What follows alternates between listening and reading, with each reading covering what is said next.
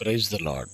ఈరోజు దేవుని యొక్క వాగ్దానం, ఉపదేశమునకు చెవియొగ్గువాడు మేలునందును, యెహోవాను ఆశ్రయించువాడు ధన్యుడు.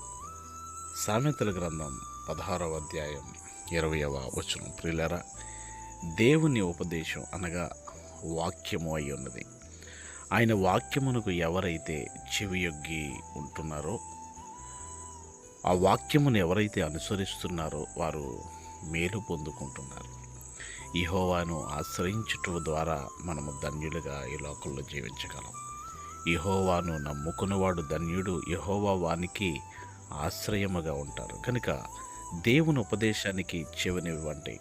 కల్పన కథలకు ఈ చెవులను అప్పగించక, దుర్బోధలకు చెవి నొగ్గక, కేవలము దేవుని ఉపదేశమునకై చెవియొగ్గి మనము మేలు పొందుకుందాం. మీ కొరకు ప్రార్థించే దైవజనులు రెవరెండ్ డేవిడ్ రాజు గారు, మినిస్టర్స్.